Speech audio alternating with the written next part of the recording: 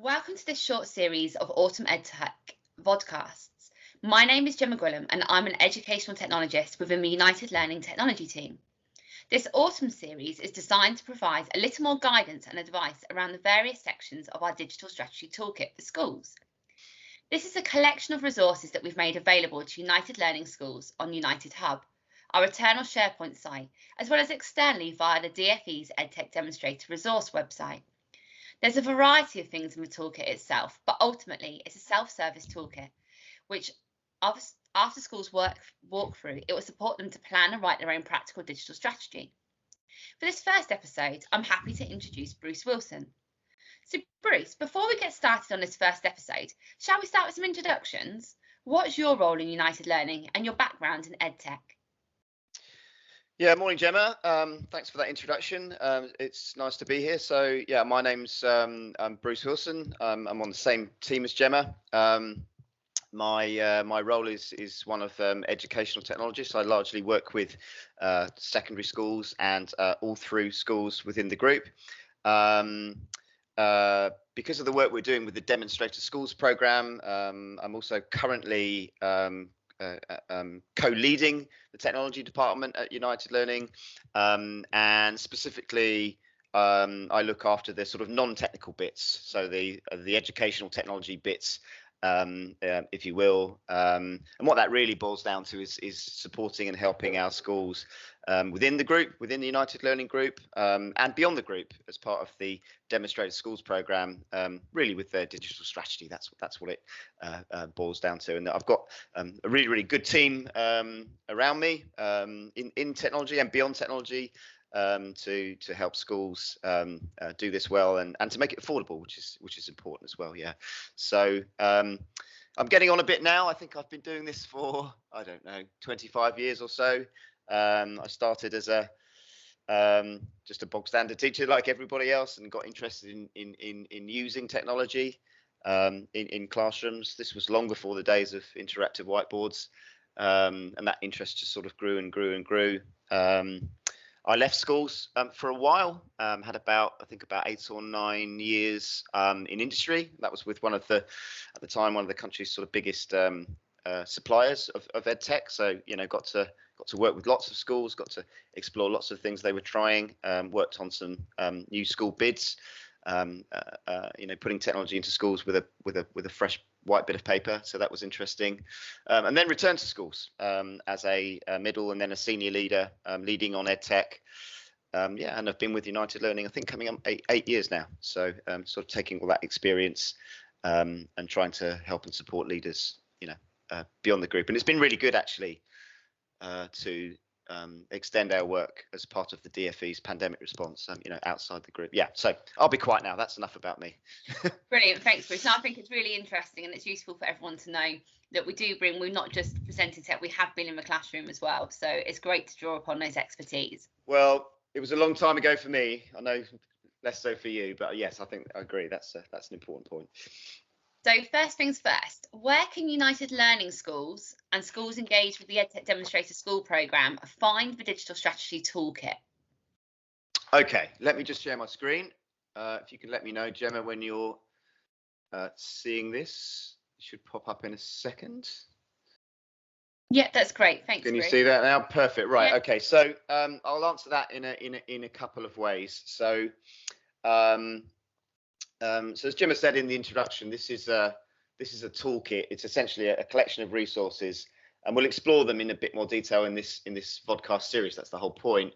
But it at its heart, it's a collection of resources designed to be largely self-service, although there's lots of people out there to help, whereby schools can work their way through it and use all of the resources. And the output will be, right at the end, will be a tangible, written, operational digital strategy. Literally a bit of paper with a written plan that you can use to deploy it, and I think more importantly, other stakeholders, governors, for example, can hold you to account on. So that's what it is. Within the United Learning Group, we've got United Hub. Our colleagues will be really familiar with that, and if you go to United Hub, and if you just literally use the search function right on the home page, that's the best way to find it. Actually, type in digital strategy or digital strategy toolkit, and it will take you to this page here. So that's the best way for United Learning Schools. If you're not United Learning School, if you're part of the DFE's Demonstrator Schools program, whether you're working with us or one of the many other demonstrators, we've also made this publicly available. So their website is edtechdemo.ucst.uk. And then if you follow the link to the resources, again, we've called it Digital Strategy Toolkit. It's one of the newest ones that's been posted up here, actually. So if you click on newest first and use that filter, right now it's at the top. That might change over time, but right now that's at the top. And if you click on that link, you'll come to this online document. And this is a sort of fancy contents page, really. We just wanted to give the same kind of structure as we've got on our internal site to people beyond the group, because they can't see that really. So this is a contents page, and it links through to all of the same documents that are in the toolkit. You've got exactly the same content. And what I've also done here is just give a little explanation of what each resource is and the desired output. So the first one, for example, is a blog that my boss wrote, our chief operating officer. So there's a nice bit of text there for leaders, just to sort of set this all in context. Why is this important? Why should they be doing it? Yeah. So yeah, in summary, a couple of places to find it. Use United Hub, search for digital strategy if you're a UL school. If you're not and you're outside of the group and are engaged with the DFE's EdTech program, go to their website, go to the resources section and follow the links. So, but it is, just to stress, this is all the same stuff. We were really keen on, as part of our external work, at sharing everything we've done. So yeah, hopefully that's helpful. Brilliant, thanks Bruce. So what was the background for Toolkit and what is it trying to achieve? Okay, so that's a really good question. That's kind of really important. So let me just, I'll show this on United Hub, but what I'm about to say applies to wherever you pick up the resources. It doesn't kind of really matter. So if I just scroll down on the web page, we won't have time to explain everything that's on this page here, but if I scroll down to the toolkit itself, let me just open up the first section, for example. So you can see there's a collection of stuff in there. Now, we are quite a big organisation. I think close on 90 odd schools now. So it would be impossible for us to have, one digital strategy, because our schools are just so different, geographically, size, phase, independent and academies. We just have such variety across our group. And so it would be impossible to have one singular digital strategy. I think it would be impossible to have, one classroom solution or one EdTech kit for teachers. That we've just got so much variety, and the same could be true across the country as well. I just don't believe in singular strategies or singular solutions. And in fact, in many cases in EdTech,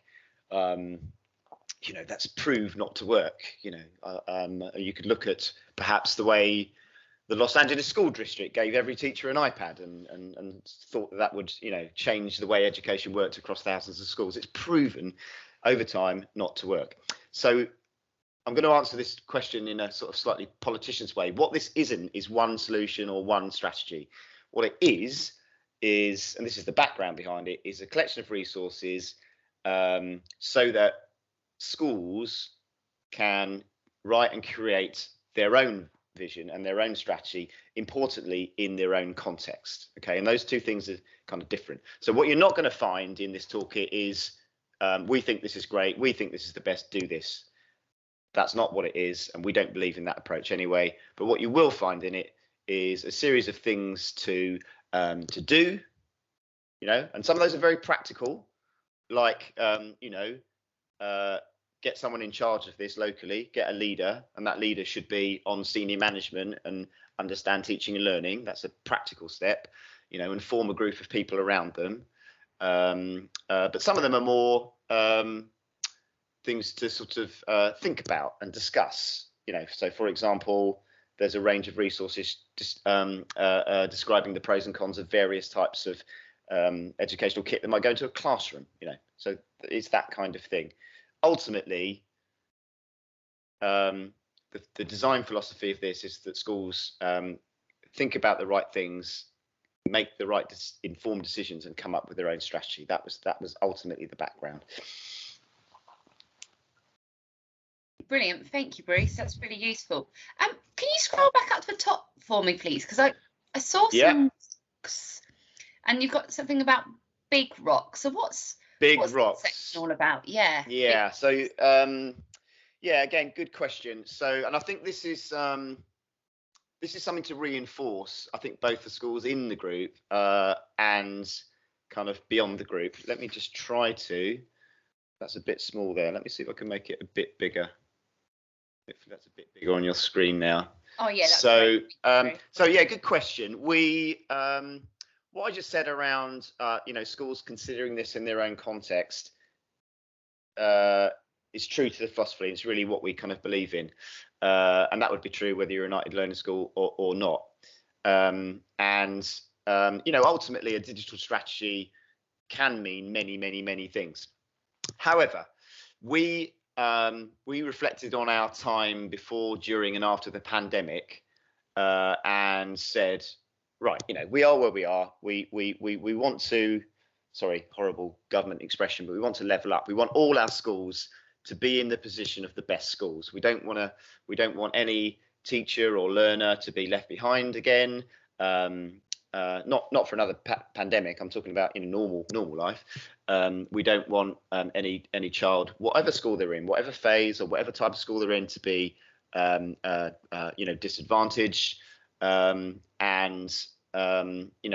In terms of the big rocks, these were just, although schools are going to make local decisions and are going to consider their own context, these were just some things that we just felt were almost non-negotiables. These are the most important things. These were the things that we thought, whatever schools do in their local context, we shouldn't miss these things. We shouldn't let this opportunity ride without dealing with these sort of most important issues.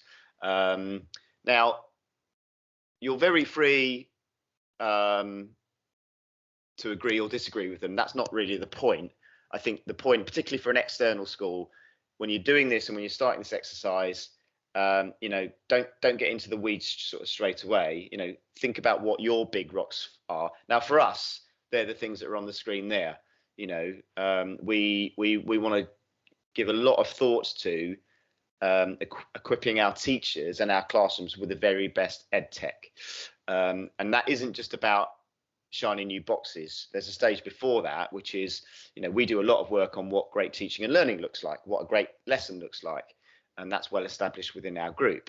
And so the thinking we want schools to go through before they buy that shiny new tool is, okay, I want to do a better assessment or better modeling or better questioning. These are great teaching techniques. What's the best ed tech to do that? That's what teaching quality is about. Learning quantity is around essentially what that boils down to is student devices. But I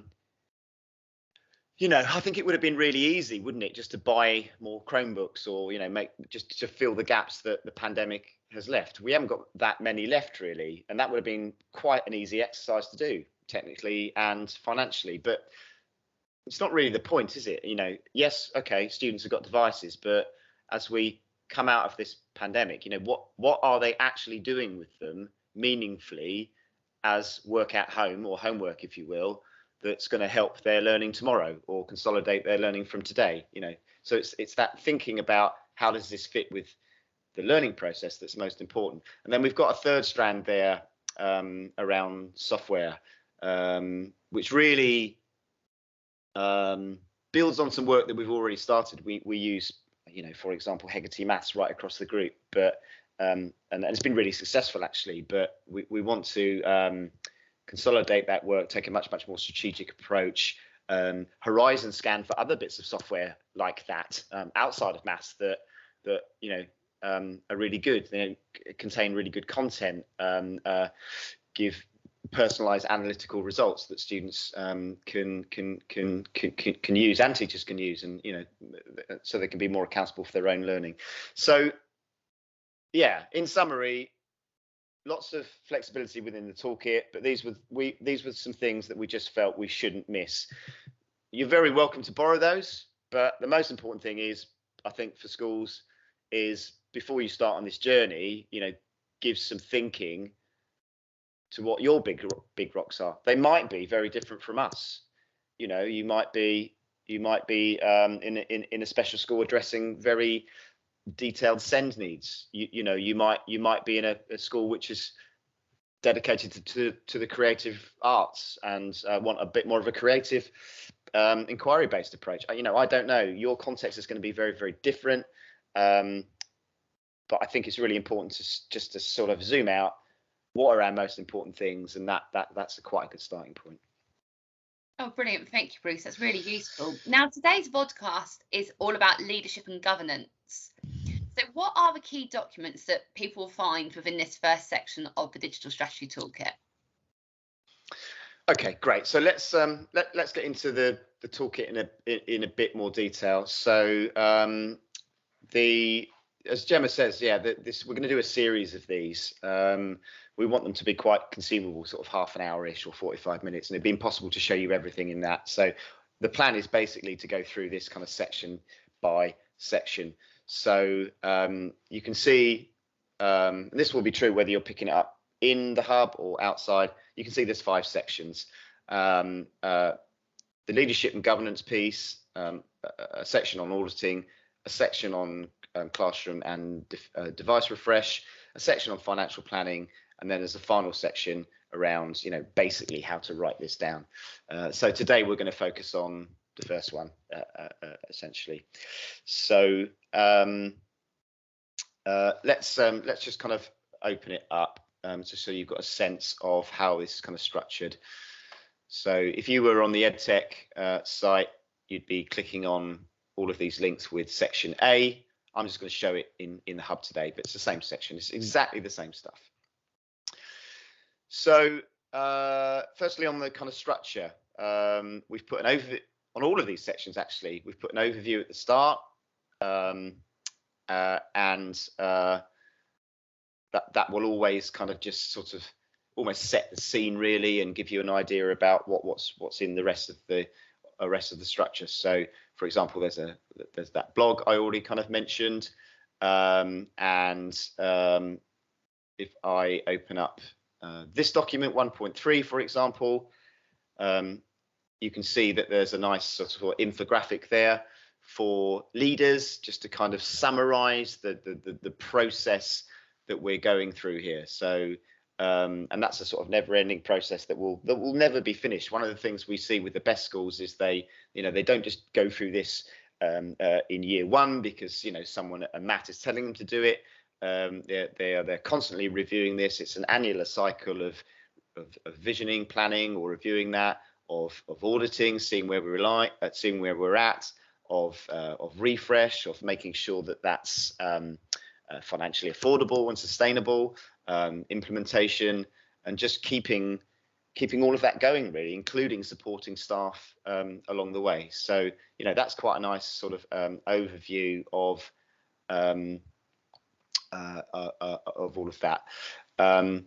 Now, moving down, I've talked quite a lot around our kind of big rocks already. If you want a little bit more detail on that, either as a UL school or not really, there's a video in there. I think that's probably about 20 or 30 minutes long, where I think that's me, might be one of the team, can't remember, where we talk about that in a bit more detail.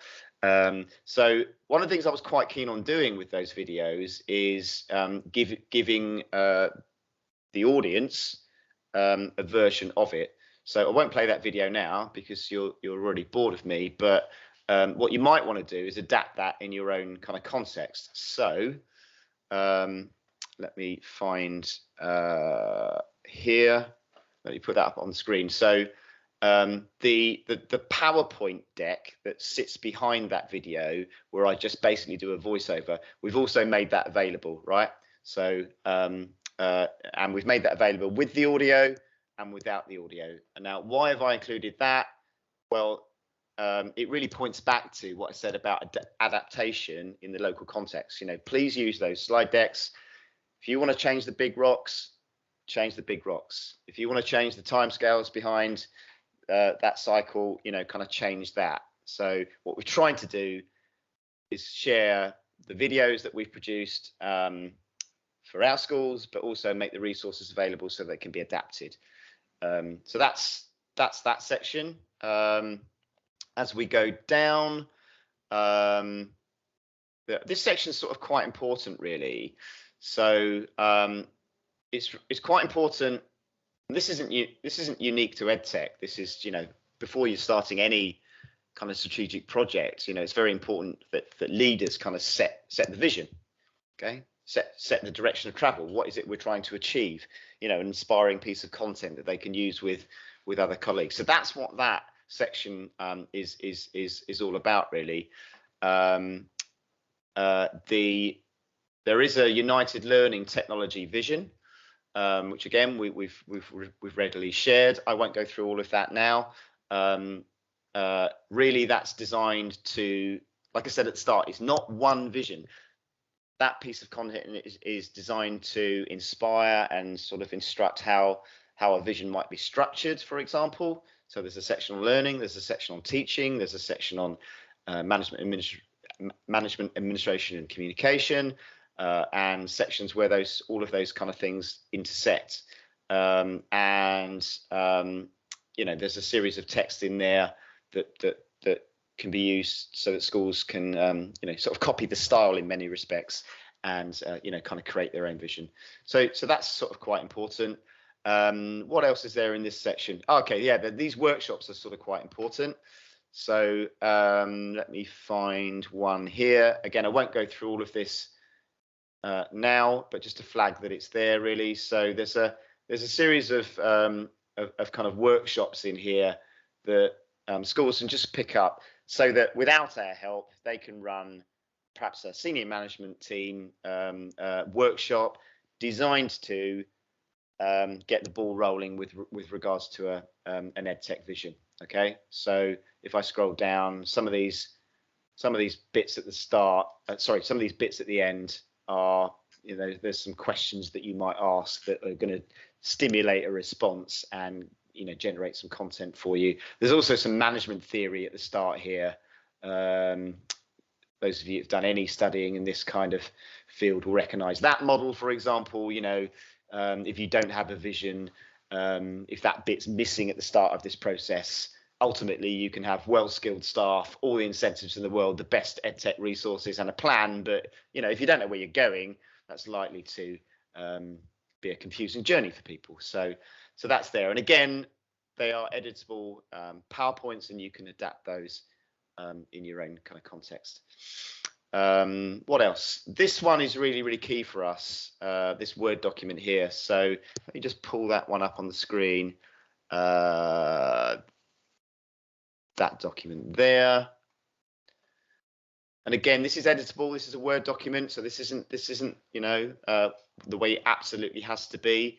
But we felt it was really important to give some thought to the roles and responsibilities of people working on this. You know, clearly, probably the head teacher and members of SMT are going to be involved, you know, as perhaps sponsors. There should be a digital strategy lead, we believe, and that really, really should be, without being unkind to technical colleagues, this really should be someone that understands and ideally leads on kind of teaching and learning. But there will be other people involved. You know, there'll be technical people, there'll be financial people, there'll be all sorts of people, champions, new teachers, people that are just keen on it. So we just felt it was important to define those roles and responsibilities. So this document does that. You know, we've used the term sponsor, digital strategy lead, and digital strategy project group. We've given some thought about what they would be doing and their key tasks and so on and so forth. and a recommendation of where that would be. But clearly all schools are different. But do use that or generate something like it. It's editable. But like any other project, I think it's important to define who's doing what, and most importantly, who's leading on it really. And then just some more practical advice really at the end here around who needs to do what by when. We were pressed sort of quite hard, for example, on let me find the right slide there. Here we go. On what the sort of minimal expectations would be, for example. So there's some ideas on there. Just to kind of go through those. There's a lot more detail clearly that sits behind this, but like I said in the introduction, we felt it was just really, really important that schools have a plan. This isn't just a pipe dream or the vision in some keen ed tech guru's head. It should be tangible, it should be written, and the plan should have not just ed tech at its heart, it should have teaching and learning at its heart. Like I've already said, that the plan should not miss the big ticket items. I think it's quite, in this field of ed tech, it's quite easy to go down various rabbit holes that don't actually in the end help students learn, and you should avoid that. You should really focus on the big important stuff. And then just that last bit at the end there, that whatever this plan is, that it is, it's not a pipe dream. It's grounded in the reality of schools' budgets. It's affordable and sustainable, and we know what we're spending our money on over 3 to 5 years, rather than the position which lots of schools find themselves in, which is, we've got a couple of tens of thousands of pounds left at the end, or what should we buy? That sort of thing we're aiming to kind of move on. Yeah, so it's quite a big section, this bit, and in many respects it almost is a bit of a pause or a check for leaders. It's sort of getting the right people in the right places. It's creating that vision so that we all know where we're going. It's really sort of setting out right at the start, what we're trying to achieve and over what timescales. So yeah, that's that. Oh, thank you, Bruce. That looks like a really clear but very useful section for our schools. Now, thinking about the end product, and I know that it's going to be more Vodcast to come on the rest of the toolkit, but with half an eye on this end product, can you talk a little bit more about the expected output of all of this hard work, please? Yeah. So yeah, happy to do that. So part of it is that last slide that was up there. Part of it is the minimal expectations. But if I give a little bit more detail on that, so for us, if I close down, I'll tell you what I'll do. I'm going to close down all of that. As Gemma says, there'll be more vodcasts to come on these middle sections, so B, C, and D. But there is this section at the end, which is E, which is quite small, really, which essentially answers Gemma's question. What should we expect? What should we do as the output from all of this? So there's an overview document in there, but probably the most important thing is that you've got an example of what this kind of might look like, really. So this, I will say, let me find the right document. There we go. So this is not rocket science. I think, what I'm trying to achieve here is take good practice in terms of strategic planning that leaders will be used to in any project, whether it's school development or, I don't know, improving outcomes in maths, or writing a better PSHE curriculum, or improving what we do with extra, all of that sort of stuff. We'll have a plan somewhere, and EdTech and digital strategy shouldn't be any different, really. But I think if our group is anything to go by, sometimes this is done really, really well. In other schools, less so. So, like I said earlier on, I think this should be tangible. This should be a realistic plan, a written plan, and what this what this template does is give you an example of how to structure that year on year. You know, and like I said, it's not sort of rocket science. So there's some opening text about, you know, who owns this, who's responsible for this, where this plan is reported to, for example, whether that's governors or elsewhere, and then just a really kind of simple structure. Now, the examples you can see on the screen with the names redacted are just some examples of a school that one of us worked on in before. So the actual content will change, but essentially you're going to have a column here, which is, you know, what we're trying to do, the top level objective. That might be year one of your first big rock, for example. And then, you know, you do actually take the time to say, you know, who's doing what and when, and, you know, who's going to lead on it, who's going to take responsibility for it, you know, right down to the level of detail of, you know, this person is going to do this by this date. That's the sort of level of detail I think we should be after here, really. So this is taking a vision which is there for the right reasons, but is quite ethereal, and bringing it down to a sort of practical level of, you know, who's doing what when. And then most importantly, you know, the very best schools in this area, like the very best schools in broader school improvement, they don't just do stuff. They take the time to reflect on stuff. You know, is this working? How do we know? And if it's not, let's stop or tweak or change.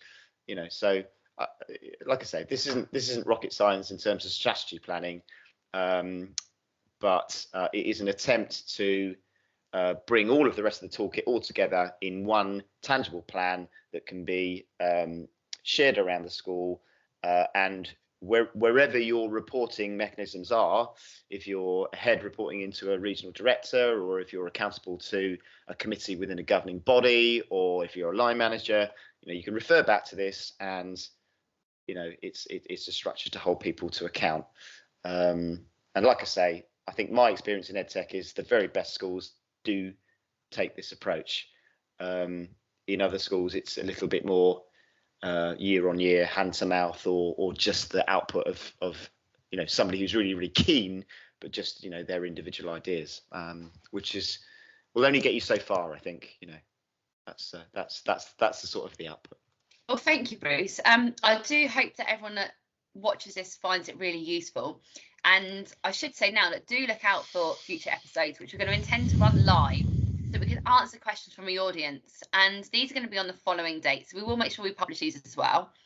But our next session is going to be on the 22nd of November at 12 o'clock, where Bruce and Dan are going to be talking about auditing the current state. So it's going to be section B of our toolkit if you happen to look at it beforehand. Then on the 30th of November, again at 12 o'clock, Dan and myself are going to be looking at section C, which is all about that classroom and device refresh. Then finally, on the 6th of December at 1 o'clock, Bruce and Dan are going to be looking at section D, which is all about that financial planning. Now, each of these sessions are going to be around 30 minutes long, and there's going to be someone who's going to be leading the content, answering any questions that you have, and then the host asking questions as well. And once these have been recorded and have gone live, the content is going to go both onto the hub if you're one of our UL schools, and the EdTech Demo resources website if you're not. So hopefully you'll find those useful. Thank you again to Bruce and to everyone who's now watching this session back, and we look forward to seeing you again soon. Thank you, Gemma. Thank you, everyone. I hope you find that useful.